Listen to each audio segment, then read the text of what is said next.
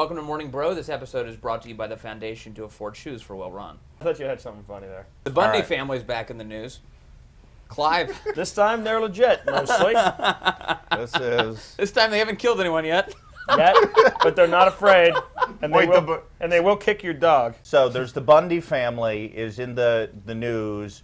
They own a ranch in a desert portion of the United States, and the government wants them to pay for the land.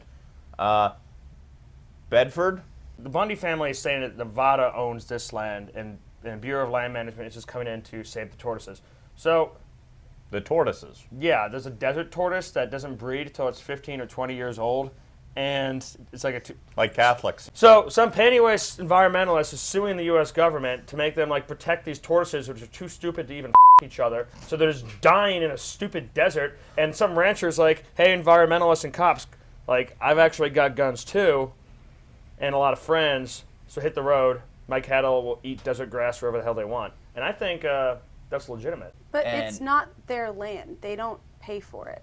Right. So it's a disgruntled old man. He wants to use federal land, and he refuses to pay for it, and he's endangering this turtle. And the federal government's saying, you have no rights to use this land. And in fact, they started rounding up the cattle and taking them. This land that the federal government bought originally so that Nevada could afford to be a state, now won't sell it back. This is stuff that people were supposed to be able to buy, and you bought it from the federal government, but now they're they got tortoises or this cactus or this Chinese solar company. I mean, is that what this story is about? Because I'm still trying to figure out what this story is about. No So is it idea about what the this is federal about. government owns huge swaths of land out west and we're part of it. against that? Also, you have to know that Harry Reid's involvement in this whole story is very close. His longtime aide, the guy who served him for, I think, 8 years in the Senate, is now the head of the Bureau of Land Management. You know, if anybody's under Harry Reid's thumb, it's this guy. And this is Nevada. This is his state. This is his BLM guy.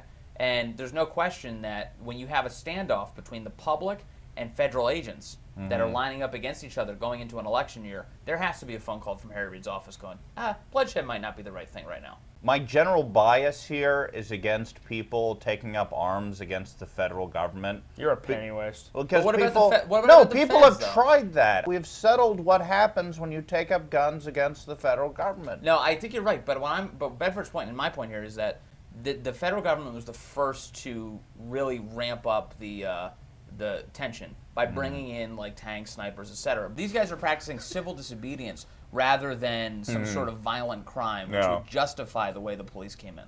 I will always pretty much always take the rancher's side against the You're tourists. from Massachusetts. Stop acting like you're from... Yeah, Everywhere. I'm almost always going to take the animal side in any one of these disputes. Do you think if the ranchers took one of the turtles hostage and then just filmed a hostage video with the turtle, they could get the government to de-escalate? Like the turtle's got the newspaper for the proof of life. I am a tortoise. I took up desert land.